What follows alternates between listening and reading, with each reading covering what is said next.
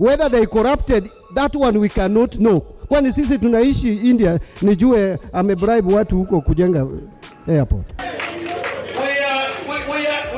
We are being made dirty by swine. ODM has become the thief defending another thief, a party now entangled in a web of compromise, desperately shielding a government they once opposed, all to protect their own interests. That there was special investigation by the US government, and they have discovered there was bribery. The best action for any responsible government is to terminate any other dealings with such an entity.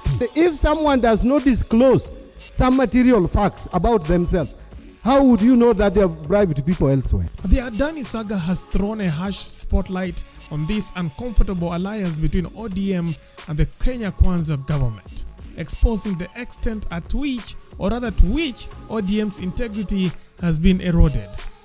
Once champions of the people, ODM leaders are now grappling with the shame and public outrage after backing a deal tied to a man now branded a global fraudster by the US government. Treasury CS John Badi, a staunch ODM supporter, finds himself awkwardly juggling the fallout, attempting to absolve both ODM and Kenya Kwanza of any wrongdoing, specifically his party leader Raila Odinga. According to Mbadi, neither side knew Adani's murky reputation. That there was special investigation by the US government, and they have discovered there was bribery.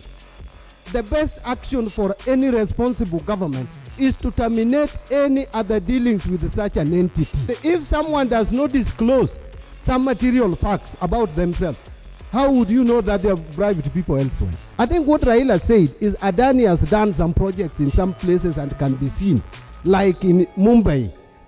They have done an airport, an excellent airport. Whether they corrupted, that one we cannot know. Kwani sisi tunaishi India, nijue amebribe watu huko kujenga airport. But his defense feels hollow, especially when credible warnings about Adani's trail of corruption had already surfaced before the deal was struck. Your Excellency, how can we sell our airports? What is it? How can we take 14 airstrips and give them to an Indian company? Nobody knows the agreement and what has been signed. We have 5,000 employees with the Kenya Airports Authority, and nobody knows where these people are going to go. It's not okay. Tell the president we have no issue with him. We only have a problem with his policies. Despite these red flags, ODM and Kenya Kwanza collectively ignored the alarms, pushing forward with a contract and that betrayed the trust of Kenyans. Would these emerging reports in any way affect the delivery of this project? We can't tell. Why? Because they are not related to this project. We can't even vote for their veracity from where we sit. And therefore we'll be engaging in speculation, Honorable Chair. The second limb of that question is, could these bribery or corruption claims have a bearing on our own process? To my knowledge, Honorable Chair, there has been no case of corruption or bribery insofar as this PIP of Adani Energy Solutions is concerned. Up to now. ODM's decline began the moment Raila Odinga gave his party the green light to collaborate with the Ruto's government. Once a fiery opposition that fought fiercely against oppressive regimes, ODM now seems toothless and complicit. Its reputation tarnished by association with a government that many Kenyans deem the worst in the country's history.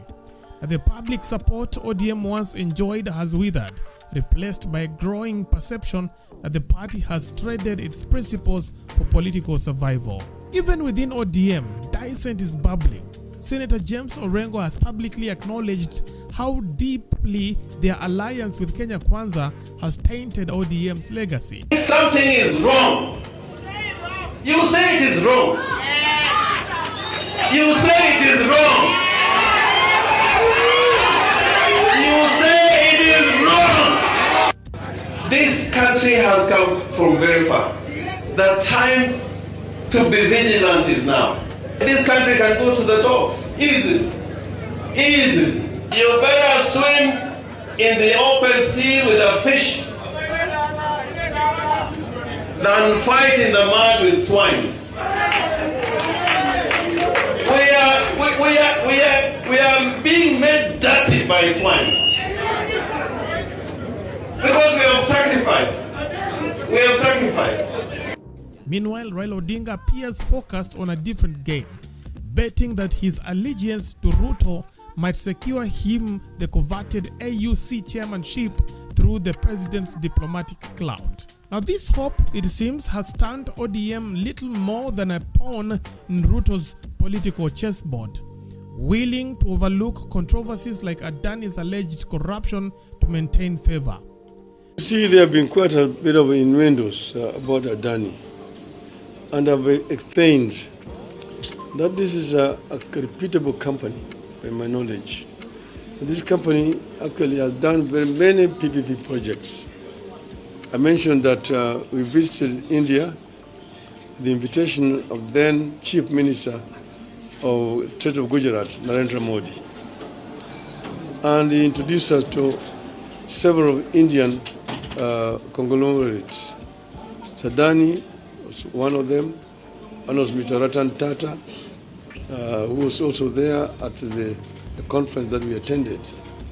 And then we visited a project that was done through a PPP by Adani in a place called Mundra. This was a marsh land next to the sea, 5,000